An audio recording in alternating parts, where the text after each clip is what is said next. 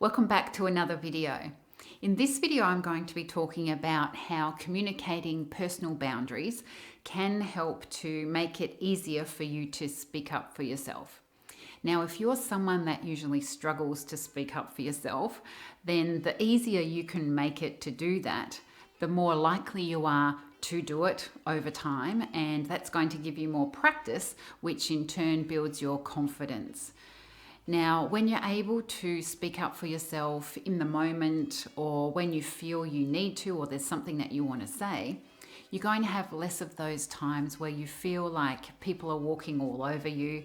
You're going to be more likely to be able to have the confidence to stand up for yourself, and that's going to have you feel better. You're also going to have less of those times where you feel as though you're really compromising for others and putting others' needs ahead of your own. And you're going to start to feel as though you're getting much more control over the direction of your life. So there's some real benefits to be able to communicate your personal boundaries as a platform that helps you make it easier to speak up when you need to and when things don't kind of feel right. Now, what that does overall is it helps you to really live your best life. And as Marianne Williamson said, the more room you can give yourself to express your true thoughts and feelings, the more space you give yourself for your wisdom to emerge. So what we want is to be able to allow our wisdom to come out, and so that we can then share that with the world. And that's one of the ways that we can really live our best life. Now, communicating personal boundaries is what I call a warrior strategy. Now, the warrior within is the part of us that represents our courage and our strength and our power. So that ability to communicate and to ask for what you want, to let people know if they're not treating you right or they're doing things that don't actually fit within your personal boundaries, is one way to exercise the warrior within and to build our strength and power and courage. You might be asking, well, what are personal boundaries? Well, personal boundaries are a bit like standards that we set for ourselves that help us to feel safe and comfortable within the environment that we find ourselves in. So you can set boundaries around a whole lot of different things. Can be things like protecting your personal space, how comfortable you feel with how close people stand to you, or whether it's around space in terms of having time to yourself and not being interrupted. You might set boundaries that are more mental and emotional related. So that could be related to whether you feel comfortable with people making comments about particular things. For example, like what you're wearing or what you're eating, or comments about your weight, for example, whether you feel comfortable or not with those things. You might also set boundaries such as, how you want people to speak to you, whether you feel okay with people raising their voice or not, or swearing, or the tone that they use. You can have boundaries around anything that you notice has you feel uncomfortable if those boundaries or those standards aren't being met. So setting boundaries is an exercise in itself. Now, I think of boundaries as being a little bit like the walls in your house. So we have walls in our house so that we can feel safe and comfortable on the inside, that we're not exposed to storms and rain and beating sun, and that we can feel quite comfortable in our environment. But we also have a door at the front of the house where we can let people in or we can keep them out. And so boundaries are like the walls in the house, but they also have a door. So the door determines what we let in and what we don't let in. So that might be a useful analogy. So in this video, I'm going to be talking specifically about the communication part of boundaries.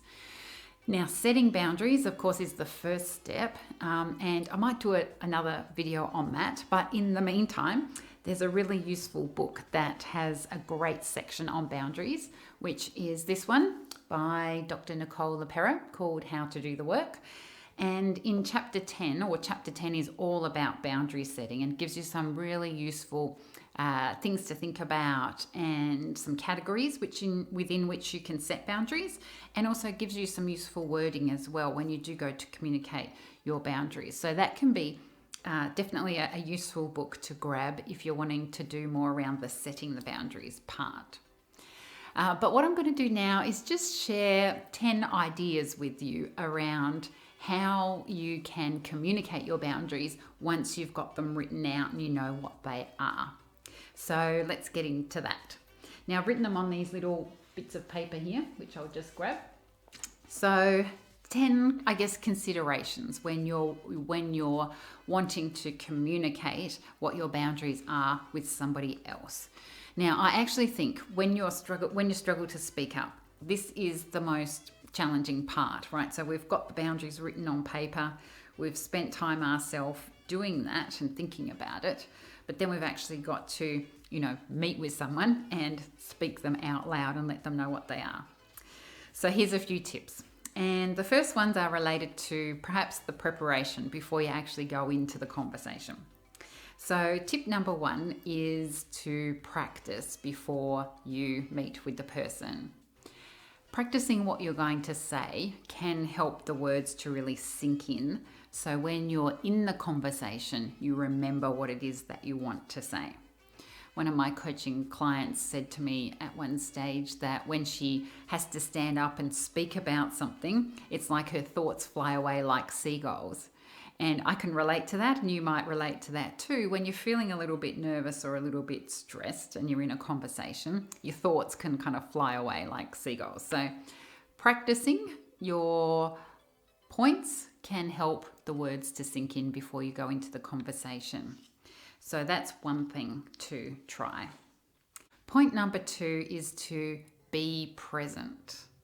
What that means is that you're present in the conversation. To help you do that beforehand, it's useful to just take a moment and take 3 deep breaths. And as you breathe out, just letting the air go, so that helps to create inner calmness. When you're more calm, when you're in a calm state going into a conversation like this, then you're more likely to remember your words, but you're also more likely to be able to really listen and hear what the other person has to say as well. So tip number 2 is be present. So a few deep breaths before you go into the conversation. Tip number 3 is also something to do before you go into the conversation, and that is to stand strong. So we want to have presence in the conversation, and we also want to have strength. Now, what can help with that is standing like Wonder Woman or in a warrior stance for a couple of minutes before you go into the conversation to really ground you and to connect you with your inner strength, so that when you're going in and you're having the conversation, you're feeling as though you're in a strong state, so a powerful state. So that can be a useful thing beforehand as well. All right, so still on the preparation is to consider the timing. So that's tip number 4. If you're feeling quite emotional, then it's not a really great time to be communicating your boundaries. The ideal time is when you're feeling more calm and when the other person is feeling calm. So if you have a situation whereby someone keeps interrupting you, for example, and one of your boundaries is to not be interrupted for a certain period of time, then you might find yourself getting agitated and you go, I've got to let them know and remind them, or let them know I've got this boundary around not being interrupted. That's not a good time to go and communicate with them, because you're perhaps in a bit of an angry and worked up and frustrated state. So just notice that and set a time that you can meet with a person to talk about your boundaries and communicate them through when you're both feeling calm and centered. All right, now in the conversation, tip number 5 is to speak in a firm voice. So you don't want to be speaking up and in a sing-songy kind of a voice and going up at the end of a sentence because you're hoping that they'll hear what you're going to say.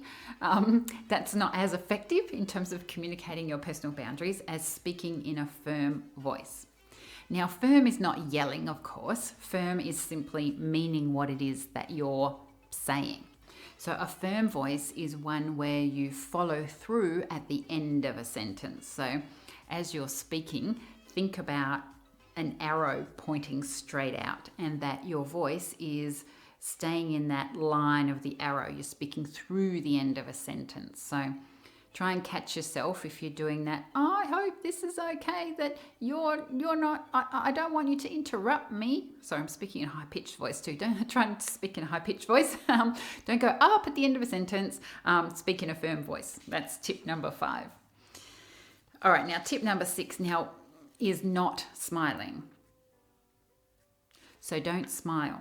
Now, usually, of course, smiling is very good for engagement, but we don't want to be too smiley when we're talking about our personal boundaries, because if you're too smiley, then it might indicate that you're not really serious about what it is that you're saying. If you're someone that's kind of been a bit nice and, compromising and fitting in with others, you can tend to kind of be a little bit coy and a bit too smiley because you're a bit too compromising. So this is a time to be a little bit serious about what it is that you want to say.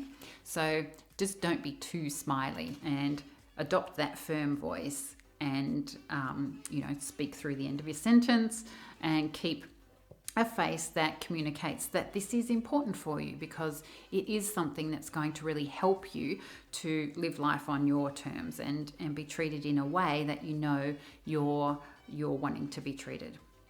Okay, tip number 7 is related, which is maintaining eye contact. So you want to look the person in the eye and maintain eye contact. Maybe not as intense as that, because that can be a little bit off-putting, but you don't want to be looking down, looking away, talking, looking away, because what happens then is that you lose, or you're communicating a lower sense of power. And so maintain eye contact as you're speaking, because again, it's an important message that you're communicating through, and so you're wanting to look the person in the eye. And that can be challenging if you find it hard to speak up for yourself. So that's just something to keep in mind, so that you're not looking down, turning away, having yourself come across as not as powerful as you really are. Tip number 8 is related to body language. Now, the eye contact, the body language, and the tone of your voice, these 3 things are really important part of how we communicate. So tip number 8 is to lean in. It's around body language. So you're wanting to lean into the conversation, lean forward, sit up straight, nice and strong. So I talked about standing in a warrior pose before you go in to increase your feeling of power. You want to maintain that in the conversation as well. So leaning in, sitting up nice and straight, nice and strong. So that's an important one too in terms of the body language part. And it's interesting to note that actually only 7% of our communication is the words that we say, and the other 93% is related to things like visual cues, so the eye contact, the body language, and the tone of your voice. So these are all really important things when we're wanting to get across our personal boundaries. Now, the last 2 are related to being mindful yourself that you're having a conversation with another person. So tip number 9 is to be respectful. And what that means is just being respectful that the other person you're talking with, they may be a little bit surprised that you're communicating your personal boundaries, because perhaps you've never done something like that before. They may be taken a little bit aback. They may not agree with your personal boundaries. They may even say things like, aren't you being a little bit sensitive? Or is this that important?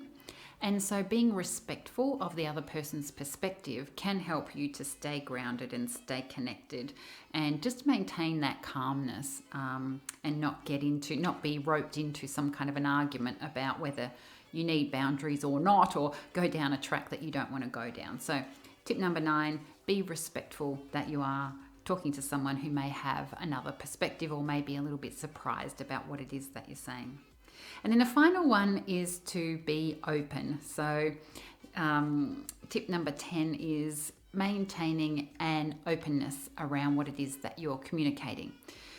So this means that while you've got boundaries, you also want to be a little bit flexible. So you don't want to come across as being unreasonable. And what that means is simply being aware where maybe you're prepared to give a little and where you're prepared not to, and to stand your ground. So being open just so that you maintain that little bit of flexibility can be a useful thing. So overall, that's 10 considerations to help you to communicate your personal boundaries. And when you do that, it makes it much easier for you to speak up when they've been crossed. And that in turn helps you to live life on your terms, because you're able to maintain a safer, a more peaceful, a more comfortable environment around yourself. So hopefully that was useful in terms of those 10 ideas, and that you're able to take them and to connect with others, communicate your boundaries so that you can live your life more calmly, more in control, and more fully self-expressed.